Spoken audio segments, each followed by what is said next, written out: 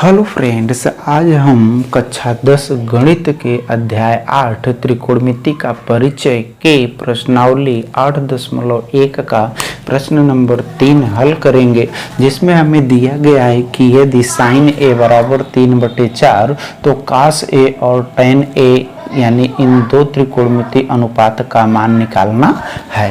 कास ए और टेन ए का मान निकालना है। तो यहाँ पर हमें दिया गया है, देखिए साइन ए, यहाँ लिखेंगे हम साइन ए, यह बराबर होगा 3/4। तो यह हो गया 3/4। अब इसके आगे हम लिखेंगे बराबर, यहाँ पर साइन का फार्मूला होता है लंब बटे क्या कर्ण। ठीक है, यह हो जाएगा लंब और बटे क्या हो जाएगा कर्ण। यह हो गया हमारा फार्मूला। ठीक, किसका? साइन ए का। साइन ए का फार्मूला हमारा होता है लंब बटे कर्ण।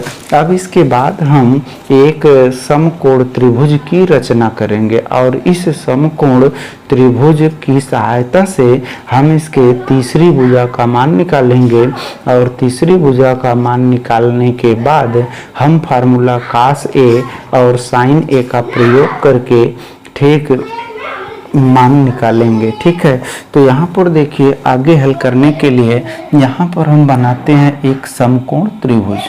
तो ये हो गया हमारा एक समकोण त्रिभुज। ठीक है, यहाँ से इसको हम मिला देते हैं।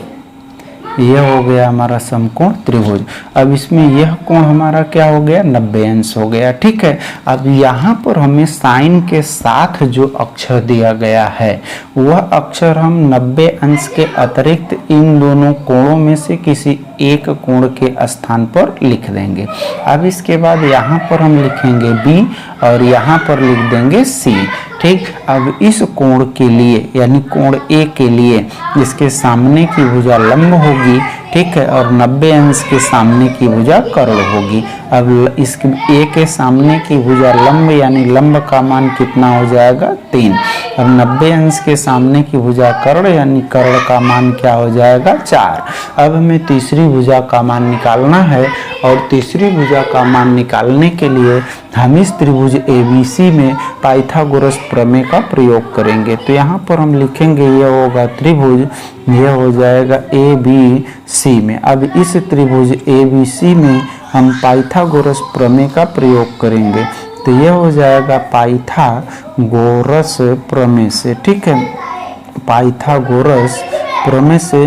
तो इसमें हम पाइथागोरस प्रमेय का प्रयोग कर देते हैं और पाइथागोरस प्रमेय का प्रयोग जब हम करेंगे तो पाइथागोरस प्रमेय होती है हमारा कर्ण का वर्ग। ठीक, यह हो जाएगा कर्ण का वर्ग बराबर यहाँ पर हमारा होता है लंब का वर्ग और प्लस यह हो जाएगा हमारा आधार का वर्ग। ठीक है, अब इस त्रिभुज ABC के लिए कर्ण कौन भुजा होगी? AC का स्क्वायर। ठीक, अब यह बराबर लंब कौन भुजा होगी? BC का स्क्वायर। ठीक, अब इसके बाद आधार कौन भुजा होगी? AB का स्क्वायर। अब हमारे पास AC का मान कितना है? 4।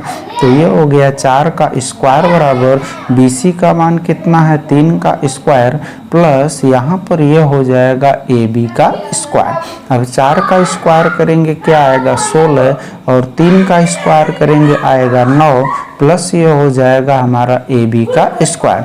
अब हम 9 को इधर ट्रांसफर करेंगे और 9 ट्रांसफर करेंगे तो 16 - 9 यह बराबर हो जाएगा AB का स्क्वायर। 16 में से 9 घटा देंगे यह 7 होगा, यह बराबर हो जाएगा AB का स्क्वायर। अब स्क्वायर हटाएंगे तो दोनों पक्षों का वर्गमूल लेंगे तो यह करड़ी में 7 बराबर क्या हो जाएगा? AB, यानी तीसरी भुजा का मान हमें कितना मिल गया? करड़ी में 7। ठीक है, अब यहाँ पर हम AB का मान कितना रख देंगे? करड़ी में 7। हमसे मान पूछा है किसका? cos A का। तो यहाँ पर हम लिखेंगे cos A बराबर, यह फार्मूला होता है आधार और बटे क्या होता है? कर्ण। ठीक, तो यहाँ पर हम लिखेंगे आधार बटे कर्ण। ठीक, तो यहाँ पर देखिए बराबर यह आधार बटे कर्ण है। तो इस कोण A के लिए AB क्या हो जाएगा? आधार और यहाँ पर बटे यह AC क्या हो जाएगा? कर्ण। अब ए बी का मान हमारे पास कितना है, करड़ी में 7 है, और बी सी ए सी का मान हमारे पास कितना है, 4, और यह बराबर किसके हो जाएगा, cos ऑफ ए के, यानी cos ए का मान हमें मिला करड़ी में 7 बटे कितना, 4 मिला। ठीक है, अब इसके बाद देखिए दूसरा मान हमें निकालना है किसका, tan ए का। अब यहाँ पर हम tan ए का फार्मूला लगाएंगे तो tan ए बराबर यह होता है लंब और बटे क्या होता है, आधार होता है। ठीक है, तो tan ए बराबर लंब बटे आधार। अब इस कोण ए के लिए लंब का मान क्या होगा, BC, आधार का मान क्या हो जाएगा, AB। ठीक है, अब यहाँ पर BC का मान हमारे पास कितना है, 3, और आधार AB का मान कितना है, करड़ी में 7। तो यहाँ पर हमें वैल्यू मिल गई किसकी, tan ए की, और tan ए बराबर यह हो गया 3 बटे ये हो गया करड़ी में कितना, 7। ठीक है, तो इस तरह से हम तीसरे सवाल को कंप्लीट कर लिए। अब आते हैं इसके सवाल नंबर 4 पर।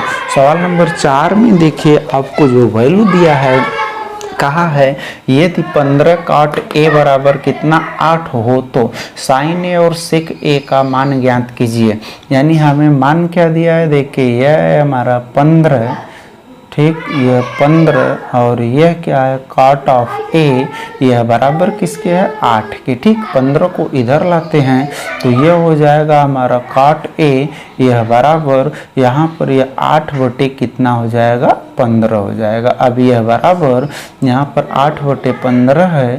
ठीक, तो यह हो जाएगा, cot का फार्मूला लिखेंगे अब, तो यह हो जाएगा हमारा आधार और बटे क्या हो जाएगा, यहाँ पर लंब हो जाएगा। ठीक, यह हो गया आधार बटे लंब। ठीक, अब यहाँ से एक हम समकोण त्रिभुज बनाते हैं।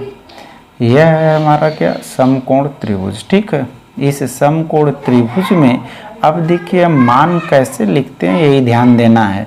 यहाँ पर यह कोण 90 हो गया, यहाँ पर हमें कोण ए दिया गया है, तो हम इन दोनों कोणों में से किसी एक के सामने अक्षर ए लिख देंगे। यहाँ ए हो गया, अब ये हो गया बी, ये हो गया सी।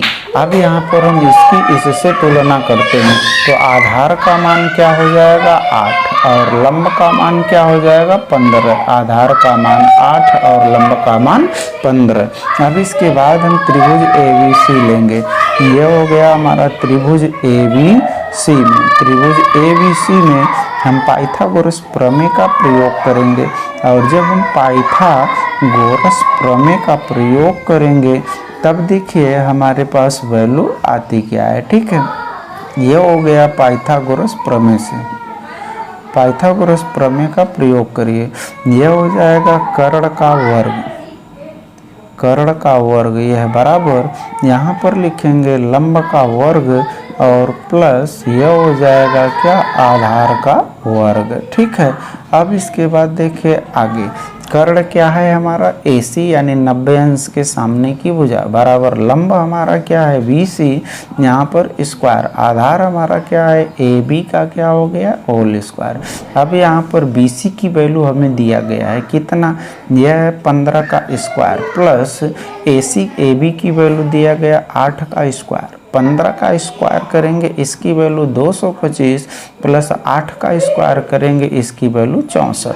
अब इसे हम जोड़ देंगे तो 5 4 कितना 9, और 6 2 कितना 8, और यहाँ पर कितना 2, यह बराबर हो जाएगा AC का स्क्वायर।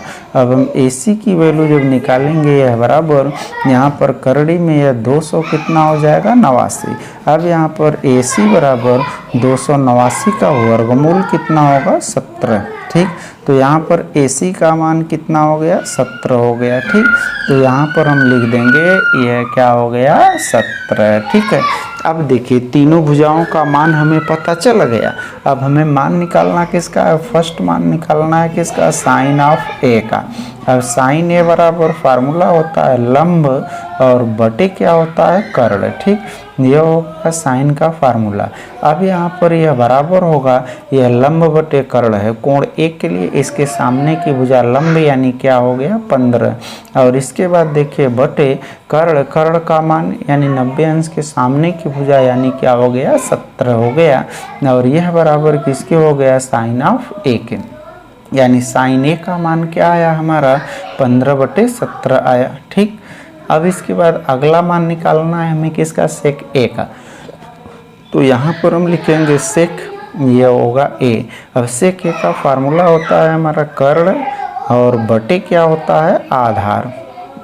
ठीक है, अब यह हो जाएगा सेक ए बराबर ये हो गया कर्ण, 90 अंश के सामने की भुजा कर्ण यानी क्या हो गया 17 और बटे आधार, आधार यानी ए बी क्या हो जाएगा 8। तो यहाँ पर सेक ए बराबर यह आ गया 17 बटे कितना 8 आ गया। ठीक, और अगला मान ये हो गया हमारा साइन ए बराबर 15 बटे 17। तो इस तरह से हम प्रश्नावली 8.1 का 2 क्वेश्चन 3 और 4 हल किए हैं, जिसको आप लोग अच्छी तरह से समझकर इसका अभ्यास करेंगे। और वीडियो को आप लाइक, शेयर और कमेंट करके सब्सक्राइब निश्चित रूप से कर दीजिएगा।